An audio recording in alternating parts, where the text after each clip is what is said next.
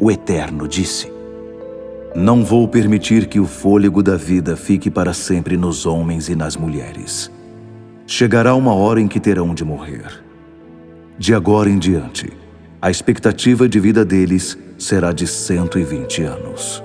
Olá, bem-vindos. Este é o Comentário Bíblico João 8:32. É um privilégio estarmos aqui para mais uma análise. Hoje temos em mãos um daqueles textos que, à primeira vista, parece apenas um detalhe arqueológico num livro muito antigo. Sim, um pormenor que a maioria das pessoas lê na diagonal. Exato, mas à medida que fomos cruzando as fontes e, escavando um pouco mais fundo na preparação para este comentário, percebemos que esconde uma das ideias mais provocadoras e, francamente, mais transformadoras sobre a nossa própria existência. E sobre a forma como encaramos o tempo, não é? O tempo que nos é dado. Ora bem, é mesmo isso. Nós vamos debruçar-nos sobre o livro de Gênesis, mais especificamente o capítulo 6, versículo 3. É uma passagem fascinante e, sejamos muito honestos, frequentemente interpretada de forma bastante superficial. Muito superficial, muitas vezes reduzida a uma mera curiosidade biológica. Pois, e o nosso objetivo nesta nossa exploração profunda não é apenas oferecer uma leitura rigorosa do ponto de vista teológico, mas construir uma reflexão acessível, uma reflexão profundamente prática para o dia-a-dia de cada um de nós. E para conseguirmos fazer justiça a esta passagem, reunimos um material de base extraordinário. Não vamos estar aqui apenas a dar opiniões ao vento. Claro que não. Vamos partir do texto bíblico atribuído a Moisés, mas vamos colocar essa leitura num diálogo direto com os comentários muito densos de Klaus Westermann e Gerhard von Rad. Dois gigantes da teologia do Antigo Testamento. Gigantes mesmo. E, para garantir que não ficamos apenas fechados numa bolha teórica, vamos extrair a aplicação moral e espiritual a partir de duas obras clássicas de Ellen G. White. Refiro-me aos livros Patriarcas e Profetas e Educação. É um ponto de partida riquíssimo. E é precisamente no cruzamento destas vozes teológicas e literárias que nós nos deparamos com o grande paradoxo moral desta análise. Conta-nos, como é que enquadras esse paradoxo? Quando abrimos Gênesis 6, deparamos-nos com o Criador a estabelecer um limite temporal muito claro para a humanidade. 120 anos. A questão imediata que assalta quem lê isto com atenção é clara. Como é que um Deus, cuja essência é o amor incondicional, impõe um prazo de validade à vida humana? É uma pergunta pesada. É. Quando olhamos para este decreto, estamos a assistir a um castigo implacável, a um momento em que a divindade simplesmente perde a paciência connosco. Como se Deus dissesse que já chega e batesse com a porta. Exatamente. Ou será que, por trás da aparente dureza desta fronteira de 120 anos, se esconde um ato monumental e surpreendente de misericórdia? O que torna esta passagem tão magnética é o facto de a resposta a esta pergunta virar do avesso a nossa percepção sobre a gestão do próprio tempo. E sobre o caráter do próprio legislador divino. Sem dúvida. E é exatamente essa viravolta que queremos explorar com quem nos ouve.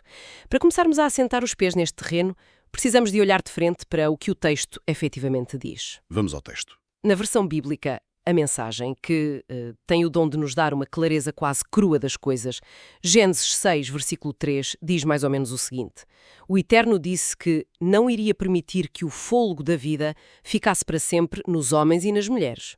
Chegará uma hora em que terão de morrer. E de agora em diante, a expectativa de vida deles será de 120 anos. Há uma palavra aqui que nos agarra logo no início desta leitura. A palavra fôlego. Fôlego, exatamente. O texto faz questão de sublinhar que este fôlego da vida pertence ao Eterno, não à humanidade. É uma mudança de perspectiva gigante. Gigante e muito desconfortável para a mentalidade moderna. Pois é. Retira à vida humana aquele estatuto de propriedade privada intocável. Para compreendermos a dimensão plena dessa afirmação, nós temos de recuar na narrativa. Temos de ir até o momento da fundação biológica e espiritual do ser humano. Lá atrás, em Gênesis 2, versículo 7. Onde tudo começou. Sim. A descrição da criação humana não fala de uma máquina que foi ligada à corrente e que agora tem uma bateria inesgotável lá dentro. O texto diz que Deus soprou nas narinas do homem o fôlego da vida. Uma ação íntima e contínua. E isto, em termos teológicos, significa que a nossa existência nunca foi desenhada para ser autossustentável. Nós não somos geradores independentes de energia vital. A vida é um sopro continuamente concedido. É uma dependência constante. Uma dádiva que necessita de ser ativamente mantida por quem a originou. Portanto, quando em Gênesis 6 ouvimos que o fogo não permanecerá para sempre, estamos a ser lembrados de uma verdade fundamental. Uma verdade que tentamos esquecer. A nossa cultura tenta esquecer isso a todo custo. A criatura não é autónoma. Depende, a cada fração de segundo, da respiração do Criador. É quase como se estivéssemos a caminhar sobre fogo alugado. Fogo lugado. Gosto dessa expressão. Para tornar isto um pouco mais visual para quem nos escuta. Imaginemos um violino extraordinário, um verdadeiro Stradivarius, construído por um mestre artesão genial, com um som que arrepia qualquer um. Uma obra incalculável. Incalculável. Esse mestre decide emprestar o violino a um músico incrivelmente talentoso. O instrumento está nas mãos do músico, a arte nasce através dos dedos dele, mas a propriedade daquela obra de arte de madeira e cordas nunca deixa de ser de um mestre artesão. O artesão continua a ser o soberano sobre a obra. Ora bem, e se a dada altura o músico decidir usar esses Stradivarius não para tocar música, mas como um martelo para bater pregos nas paredes de um quarto escuro? Uma destruição do propósito original. Completa destruição. É claro que o verdadeiro dono mantém o direito absoluto de intervir. Ele pode reclamar a sua obra ou, num ato de enorme tolerância, impor limites estritos sobre o tempo que o músico ainda tem com aquele instrumento nas mãos. Impor regras de uso. Sim, quando o dono impõe um limite de tempo perante o abuso óbvio do instrumento, ele não está a agir como um tirano caprichoso. Ele está a resgatar o valor e a dignidade daquilo que foi graciosamente emprestado. Essa analogia do violino traduz de forma brilhante o conceito de soberania divina. Um conceito que é tantas vezes mal interpretado nos nossos dias. Muito mal interpretado. Vemos a soberania quase como uma ditadura? Pois, mas a decisão de limitar a permanência do fogo na humanidade corrompida é, em primeiro lugar, a reafirmação de que existe um governo soberano sobre a história. Deus não abandonou o barco. De todo. A liberdade humana foi dada e é real. A capacidade de escolha, a inovação, a civilização e, tragicamente, a capacidade de errar e destruir estão todas presentes naquele relato. No entanto, essa autonomia maravilhosa tem fronteiras. E convém que tenha. E essas fronteiras são definidas pela própria fonte da vida. A beleza que nós extraímos daqui é perceber que a soberania de Deus não esmaga a graça. Pelo contrário, estrutura a graça. Dá-lhe um contorno seguro. Exato. Muitas vezes nós romantizamos a liberdade absoluta, imaginando-a como a ausência total de barreiras. Mas a teologia que emerge deste versículo diz-nos que uma existência sem contornos éticos, nas mãos de seres moralmente caídos, deixaria de ser uma dádiva. Passaria a ser um pesadelo? Passaria a ser uma maldição insustentável. O limite, portanto, torna-se essencial para a proteção. Espera aí, deixa-me fazer de advogada do diabo por um momento. Força. Porque para quem está a acompanhar esta análise, a reação instintiva à ideia de passar a viver apenas 120 anos é pensar logo num relógio biológico. É o pensamento comum. Pois é. Será que este número é apenas Deus a mexer no nosso código genético, uma espécie de atualização de software onde as nossas células passam a falhar muito mais cedo? Nós precisamos urgentemente de dissecar esta visão tradicional de que isto é apenas uma questão médica ou de longevidade física. É fundamental dissecarmos isso. Se ficarmos pela biologia, eu tenho a sensação de que nos escapa o ponto central que aqueles grandes teólogos andaram a investigar durante anos. É uma excelente provocação. E é por isso que não podemos ficar pela superfície do texto. Quando consultamos a obra monumental de Gerhard von Rad, percebemos que o debate não é de todo sobre a biologia do envelhecimento celular. Não é uma tese de medicina. Não. Von Rad defende que reduzir esta passagem à aritmética da longevidade é ignorar o panorama completo do livro de Gênesis. Para ele, este versículo de 120 anos funciona como um ato deliberado de governo histórico.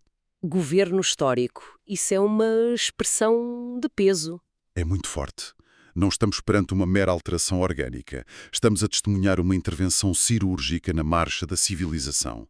No contexto da narrativa, a humanidade daquela época estava a mergulhar numa espiral vertiginosa de violência. Corrupção absoluta. O texto fala de pensamentos que eram continuamente maus. Continuamente. Von Rad ajuda-nos a ver que Deus intervém ativamente para estancar o caos. Ele prova que a história humana, por mais sombria e desgovernada que pareça aos nossos olhos, continua a estar sob a supervisão rigorosa do seu autor. Isso obriga-nos a mudar as lentes com que lemos as Escrituras.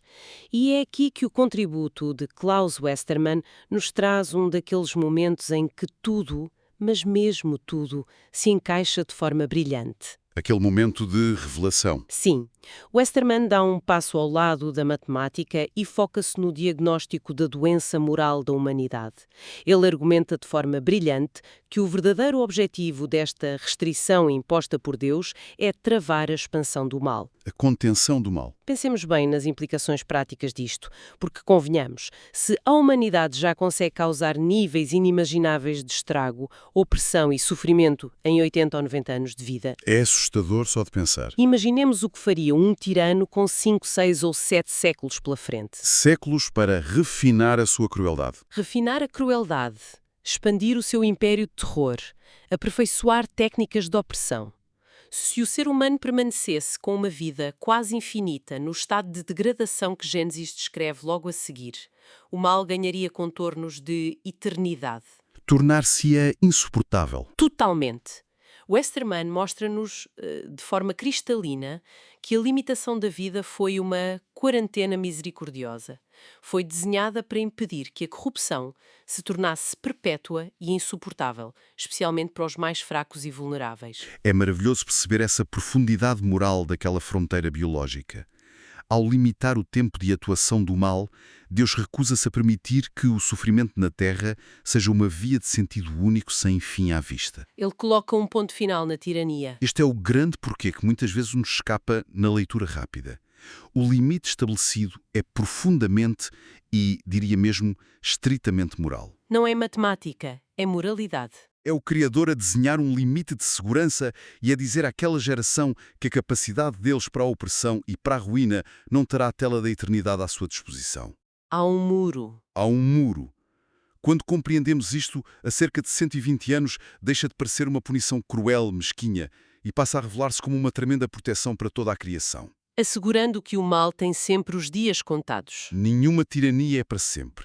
Nenhuma corrupção é eterna, debaixo desta regra divina. Mas repara, há aqui outro pormenor que não podemos deixar passar em branco nesta nossa análise, porque muda radicalmente a imagem tradicional que se pinta de um juízo divino, implacável e raivoso. Qual pormenor? Quando notamos a forma como a sentença de Gênesis 6 é proferida, percebemos que não há um relâmpago imediato, não há um trovão de ira a exterminar toda a gente no milésimo de segundo a seguir a Deus diagnosticar o problema de corrupção. É verdade. A reação não é intempestiva. O que o texto anuncia é um prazo, é um compasso de espera imenso, de 120 anos. Mais de um século. Exato. Há uma diferença colossal entre a aniquilação fulminante e a atribuição de mais de um século de margem. E perante a gravidade extrema do cenário descrito, o simples facto de haver um espaço de tempo tão longo revela-nos um aspecto monumental do caráter de quem julga. E é neste espaço de silêncio aparente, neste intervalo vasto de 120 anos, que nós encontramos a chave mestra de todo este comentário. A peça que falta. Para decifrarmos o verdadeiro significado deste intervalo, o pensamento de Ellen G. White, nos seus livros Educação e Patriarcas e Profetas, oferece-nos uma iluminação que é, francamente, extraordinária. O que é que encontramos de tão revelador nessas obras? No livro Educação, deparamos-nos com uma tese central que é profundamente comovente. É-nos dito que a longanimidade divina é evidência de misericórdia. Longanimidade. É uma palavra que usamos pouco hoje em dia. Usamos muito pouco, mas vale a pena determos-nos na palavra longanimidade. Na sua origem significa literalmente ter um ânimo longo, uma capacidade imensa de suportar ofensas contínuas e ainda assim continuar a esperar de braços abertos. Um fôlego longo para a paciência. Exatamente. Esta paciência infinita de Deus não deve nunca ser confundida com apatia ou com vista grossa perante a injustiça. É, pelo contrário, uma misericórdia altamente ativa. Ele não estava distraído. Não. Ao conceder 120 anos a uma civilização em ruptura total, Deus está a demonstrar de forma irrefutável que a sua intenção principal, o seu desejo mais profundo, nunca é a destruição. É sempre a redenção. É sempre e em todas as circunstâncias a salvação e a redenção da humanidade. E quando lemos as páginas de Patriarcas e Profetas, a imagem deste período ganha contornos muito práticos e quase táteis para a nossa imaginação. Como assim? Fica perfeitamente claro que esses 120 anos antes da catástrofe do dilúvio não foram um tempo de silêncio obstrutivo. Não era Deus sentado num trono à espera que o relógio batesse as 12 badaladas para poder finalmente punir. Não era uma contagem decrescente passiva. De todo. Foi uma oportunidade real, palpável e diária de arrependimento. Havia uma mensagem a ser ativamente proclamada. Imaginemos o cenário connosco por um bocado. Vamos a isso. Não havia redes sociais, não havia televisão para espalhar a notícia, mas havia um homem, uma planície e uma quantidade absurda de madeira. Noé e a arca. Sim, e durante mais de um século, dia após dia, o som inconfundível de um martelo a construir uma embarcação colossal. Aquele som constante era um apelo sonoro. O eco da madeira a ser trabalhada ecoava por todo o lado. Era impossível ignorar? A própria construção era um sermão prático ininterrupto. Isto ensina-nos uma regra fundamental sobre como Deus opera na história humana. A sentença nunca cai sem que antes tenha havido um longo, um generoso tempo de advertência. É um princípio de justiça tremendo. A graça e a oportunidade antecedem sempre impreterivelmente a intervenção e a justiça. Ninguém é apanhado desprevenido. Isto obriga cada um de nós a redefinir por completo a ideia de juízo divino. O nosso conceito terreno de justiça é muitas vezes rápido, muito punitivo e às vezes até cego. Queremos resolução na hora. Sim, mas quando olhamos para a narrativa bíblica e para este limite de 120 anos, não vemos uma divindade frustrada a perder a cabeça. O que nós encontramos é um ato supremo de contenção por amor. Contenção por amor. Que expressão bonita. O limite de tempo que é dado àquela geração não é o abandono da humanidade à sua própria sorte. É muito curiosamente a expressão mais nítida e mais pura dessa mesma graça num mundo que escolheu cair e destruir-se. É quase paradoxal para a nossa mente racional. Mas a mensagem consistente das Escrituras, de fio a pavio, é que a justiça nunca apanha ninguém na curva sem aviso prévio. O tempo, quer sejam os 120 anos daquela época longínqua, quer sejam os anos que compõem a esperança média de vida de quem nos ouve hoje, não é um mero compasso de espera até ao fim inevitável. Não estamos apenas a gastar calendário. Não. É o espaço sagrado, deliberadamente criado e pacientemente sustentado por Deus para permitir a grande decisão moral de cada ser humano. Bem, e a grande pergunta é sempre esta que se impõe agora. O que é que isto significa para quem nos está a ouvir, para quem está a trabalhar, a conduzir de regresso a casa ou simplesmente a tratar das lides da casa neste preciso momento? Temos que trazer isto para a nossa realidade. Porque as nossas análises não podem servir apenas para alimentar debates teóricos sobre factos arqueológicos ou teses profundas em teologia de gabinete. O objetivo de escavarmos estas fontes é percebermos de que forma elas tocam a nossa realidade palpável. A nossa vida prática. Sim. Ao juntarmos todas as peças deste puzzle imenso que desenhamos hoje, desde a compreensão de que o fôlego nos nossos pulmões não é de nossa propriedade, O violino emprestado. o violino emprestado, passando pela visão de Westermann de que a restrição de tempo foi um travão de mão puxado contra a proliferação eterna do mal, até à imagem maravilhosa do som do martelo na arca, que representa a paciência de Deus. O sermão sonoro. Tudo isto nos traz uma mensagem incrivelmente urgente, mas também cheia de esperança para o nosso tempo. Sem dúvida. Ao procurarmos o fio condutor de toda esta exploração profunda, a conclusão que se desenha é que o limite imposto pela nossa mortalidade natural não é uma tragédia cega. É difícil vermos a mortalidade assim, mas tens toda a razão. A nossa finitude, as décadas que nos são concedidas, sejam elas muitas ou poucas, constituem a fronteira exata dentro da qual a oportunidade divina pode atuar e florescer em nós. É o palco da graça. É o lembrete diário e compassado, em cada batimento cardíaco, de que nós não somos os arquitetos autónomos da nossa existência. Nós somos os zeladores privilegiados de um fôlego que nos foi amorosamente confiado. E que nos é sustentado a cada segundo. Aquela paciência longânima que ofereceu 120 anos no relato impressionante de Gênesis é a prova histórica e teológica de que o objetivo supremo do Criador é a reconciliação. É o abraço do resgate. e nunca a condenação. E essa paciência não ficou presa na antiguidade. De maneira nenhuma. A cada nascer do sol, essa mesma paciência renova-se nas nossas próprias vidas hoje. E é aqui que tudo aterra na nossa vida cotidiana, na forma como gerimos a nossa agenda amanhã de manhã, nas nossas prioridades, nas escolhas mais banais. A palavra tempo ganha hoje uma carga completamente diferente para nós. Ganha um peso sagrado. As 24 horas que temos pela frente, a partir do momento em que abrimos os olhos de manhã, deixam de ser um dado adquirido, deixam de ser um direito garantido que nós exigimos ao universo de forma arrogante. Passam a ser reconhecidas como a janela de oportunidade. Passam a ser a janela de oportunidade que nos foi dada.